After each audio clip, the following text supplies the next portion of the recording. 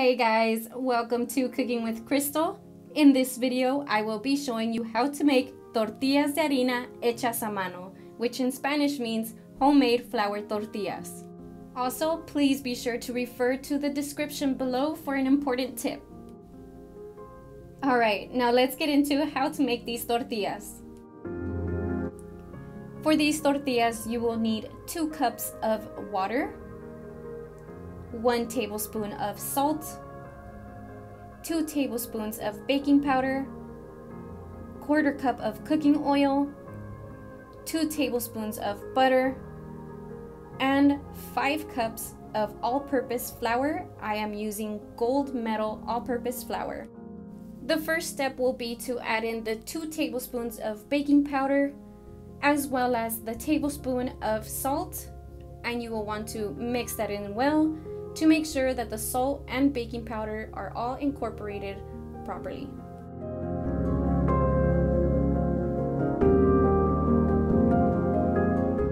Next, you will take a saucepan and you will add in the 2 cups of water, the 1/4 cup of cooking oil, and the 2 tablespoons of butter. Only warm up the water over medium heat. Do not allow it to boil, as you will be working the water in with your hands and you don't want to burn yourself. Something you will need is a tortilla warmer. I like to take 2 napkins and I fold them into a square and place them inside. My water is all warmed up, and as you can see, the butter has melted. It's best if you use butter at room temperature so it melts faster. Remember, if your water is too hot, don't pour it in until it has cooled a little. Gradually begin to work the water in until you create a dough. After working that in a bit, you can still see a lot of loose flour. So I will go ahead and add in some more water and continue to work that in.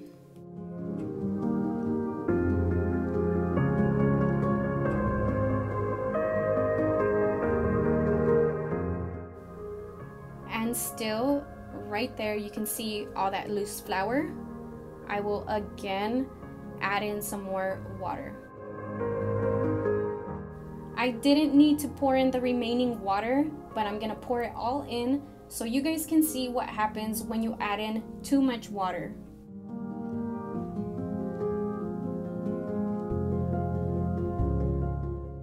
And as you guys can see, because I add in too much water, now I have excess water and my dough is way too moist. It's kind of muddy, and that is not the consistency you want.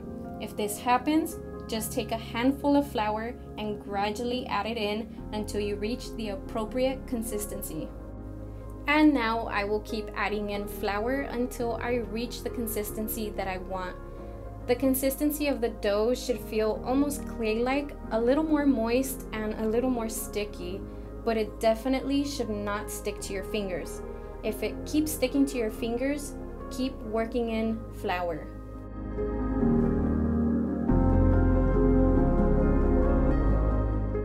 After working that in for a bit, you can see that that dough is still super sticky and that it's really stuck to my fingers, so I will continue to add in flour.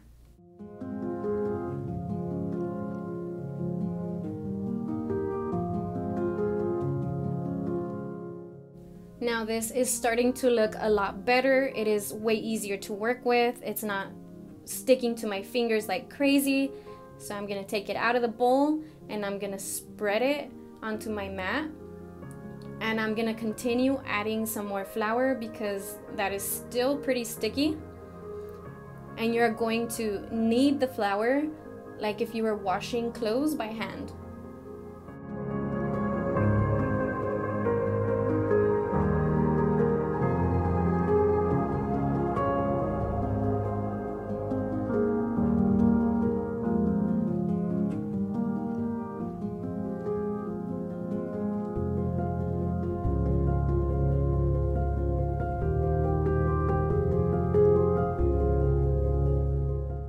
This dough is looking a lot better. It's still a little too sticky, so I'm just gonna add in just a little more flour and work that in for a few more minutes until it's done.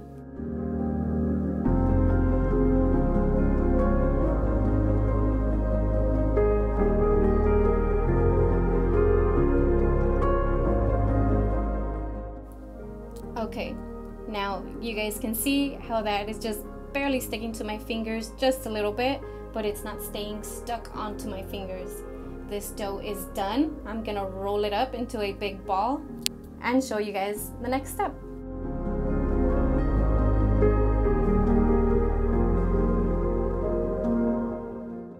Okay, once you get that all rolled up into a big ball, you will take some flour, set it aside, and sprinkle some on your countertop, or if you have one of these mats, you can sprinkle some on top of that.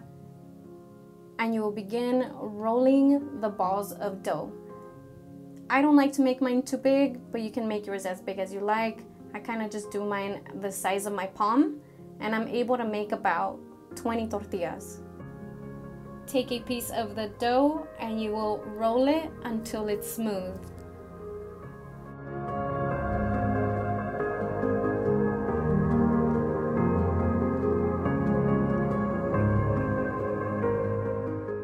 When that is done, set it aside on your countertop where you sprinkled the flour. The flour is so that the ball of dough doesn't stick to your counter. Continue to do the same with the rest of the dough.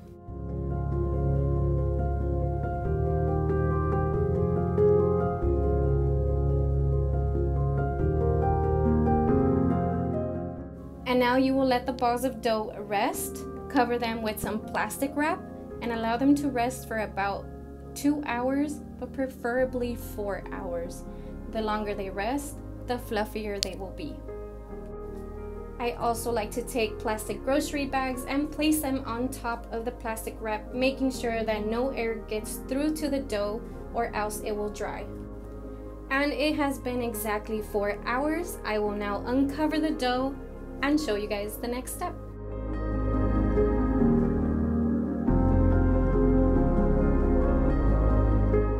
Take a ball of dough and spread it out a little with your hands. Make sure you get a little flour on both sides and begin rolling it out. Flip it over to the other side so you can roll it on both sides until you reach the size that you like. Don't worry so much about making them a perfect circle. When I was taught how to make these, I was told that they weren't gonna go in as a circle anyway, so don't worry about the shape. Some people like their tortillas a little thicker, but I like to roll mine out pretty thin.